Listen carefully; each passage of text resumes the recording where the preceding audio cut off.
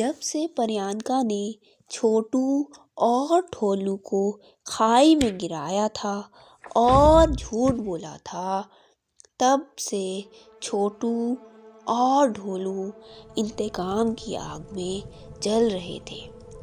उन दोनों को समझ में नहीं आता था कि कैसे वो परियंका से बदला ले। कभी छोटू कोई तजवीज़ पेश करता तो ढोलू रद्द कर देता, और कभी ढोलू को कोई ख्याल आता तो वो छोटू को काबिले अमल ना लगता। इसी शशोपंज में उनके अय्याम गुजर रहे थे। जब वो बाहर जाते और उनको परियंका नजर आती तो परियंका उनको देखकर मकरूह हंसी हंसती और पूछती, खाई कैसी थी, मजा आया वहां पर? और वो दोनों उसको जवाब ना देते, बल्कि उसको और ज्यादा भूतनी कहकर पुकारते, जिस पर वो चिढ़ जाती। उसको अपने लिए भूतनी सुनना बिल्कुल नहीं पसंद था, इसलिए वो दोनों बार बार उसको भूतनी कहकर छेड़ा करते।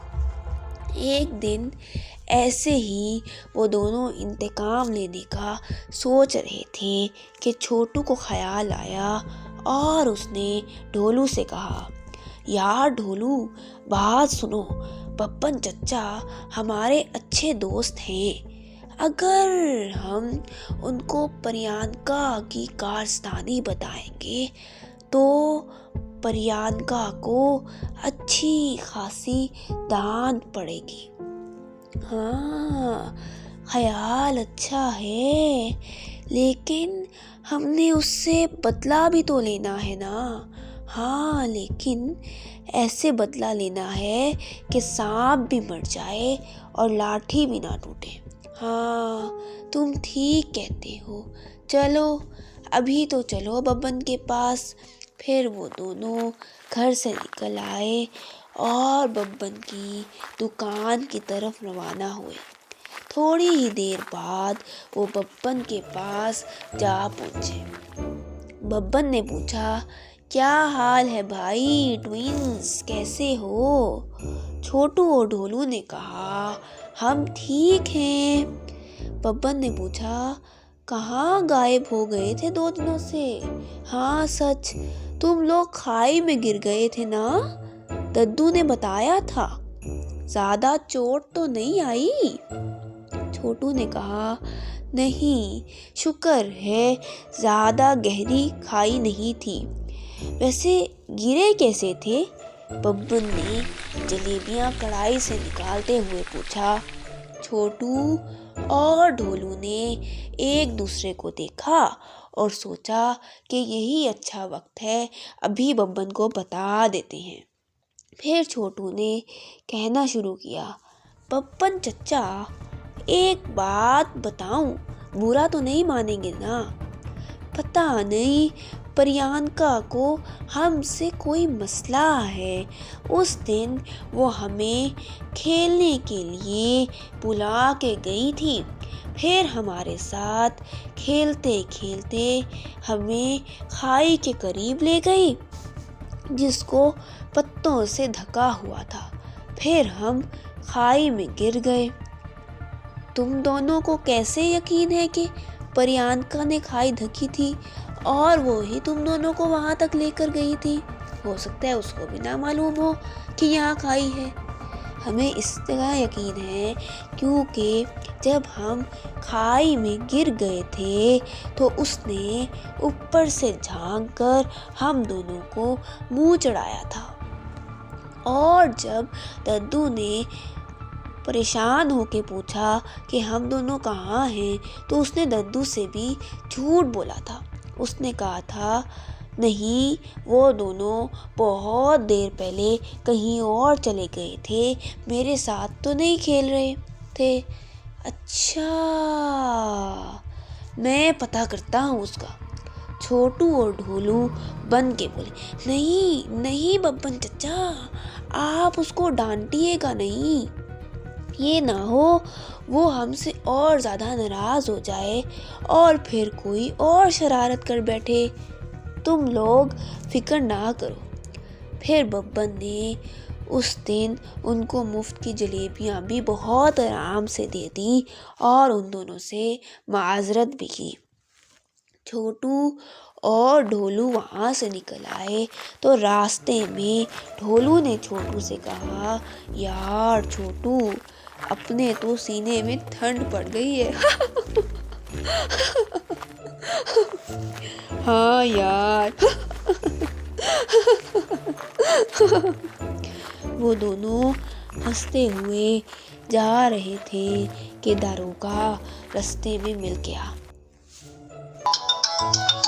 हंसते हंसते कट जाए रास्ते, जिंदगी यूं ही चलती रहे। छोटू और ढोलू ने दारोगा का गाना सुनकर कहा, वाह भाई वाह दारोगा जी, बड़े कमाल के गाने गाते हैं आप। ज़रा मुझे ये तो बताओ कि कुछ खुशी में हंस रहे हो तुम दोनों। वो दोनों गड़बड़ा कर बोले, नहीं नहीं तो हम तो बस ऐसे ही, कोई ख़ास वजह ही नहीं है। दारोगा ने उन दोनों को घूरा और कहा, अच्छे से जानता हूँ तुम दोनों को। दोनों ने कहा, बहुत अच्छी बात है, और फिर हंसते हुए चल दिए।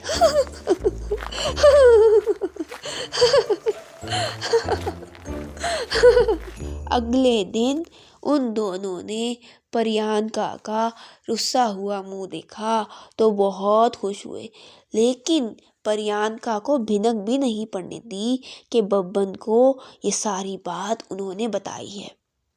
अब वो अगले कारनामे के लिए मुनासिब वक्त और मुनासिब कारनामा सोच रहे थे कि एक आइडिया आ ही गया। ढोलू ने कहा, क्यों ना हम उसको भूत बंगले तक छोड़ आए, है ही भूतनी।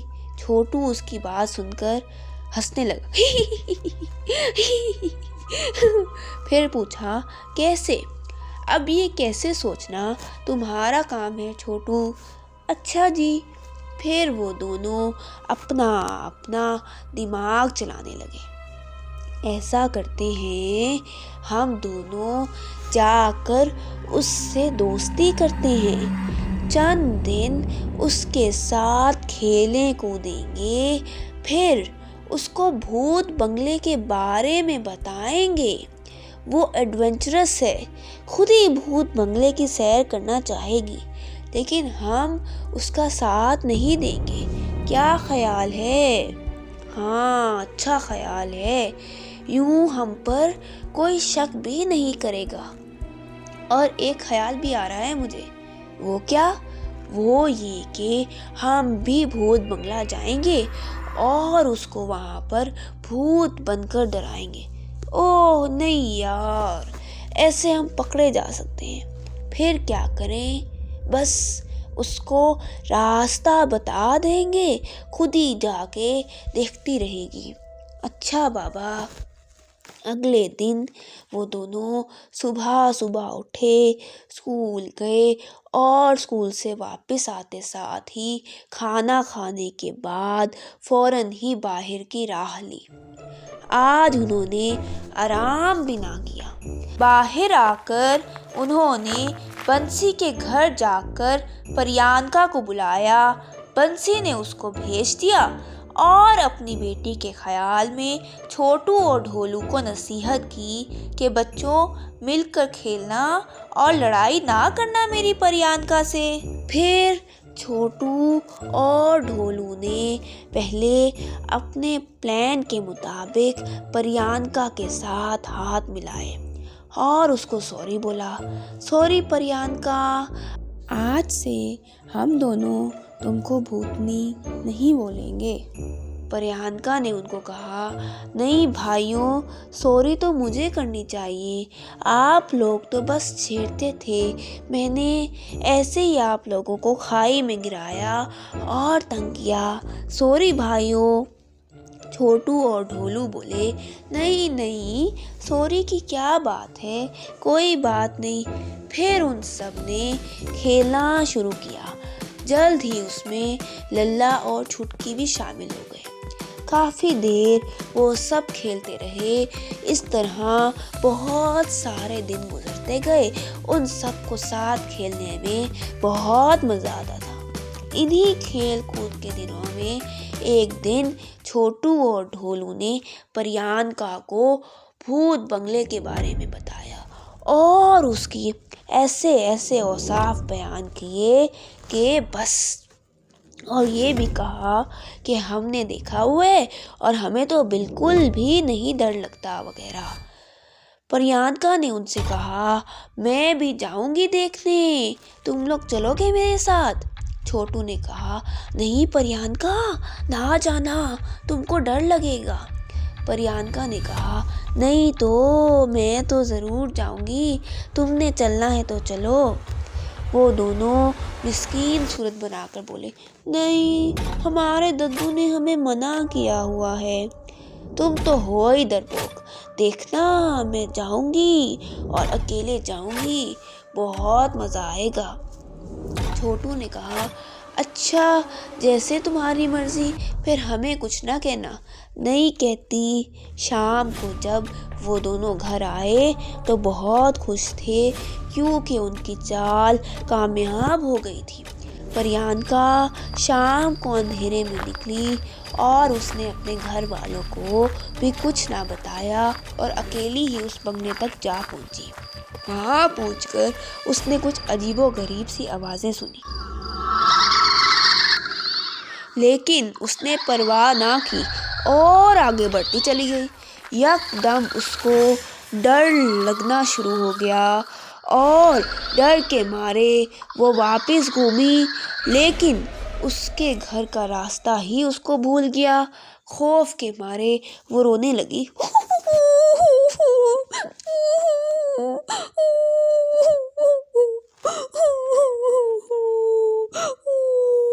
उधर बंसी प्रियंका को ना पाकर बेहद बेचैन था क्योंकि प्रियंका में उसकी जान थी। वो बाहर निकलकर उसको ढूंढने लगा तो उसको एक जगह से रोने की आवाज़ आई। उसने फौरन वहां जाकर देखा। उसका अंदेशा बिल्कुल दुरुस्त निकला, वो प्रियंका ही थी। वो उसको घर ले आया और उसको बहुत प्यार किया, उसका ख्याल रखा। जब वो ठीक हो गई तो उसको डांटा, आप वहाँ क्यों गई थी? प्रियंका ने कहा, मुझे छोटू और ढोलू ने बताया था। छोटू और ढोलू वहीं मौजूद थे। उन्होंने फौरन कहा, हमने सबको बताया था और हमने किसी को भी जाने का नहीं कहा था, और जब प्रियंका ने जाने की बात करी थी तो हमने उसको मना भी किया था। बेशक आप छुटकी और लल्ला से पूछ लें। छुटकी और लल्ला ने भी छोटू और ढोलू की तरफदारी की तो बंसी ने प्रियंका को डांटा, जिसको देखकर छोटू और ढोलू के दिलों को सुकून मिला और वो घर आकर हंसने लगे कि हमने कितना अच्छा प्लान बनाया था। दद्दू ने उनकी बात सुन ली और कहा, मुझे पता था तुम लोग ऐसी ही कोई साजिश सोचे बैठे हो।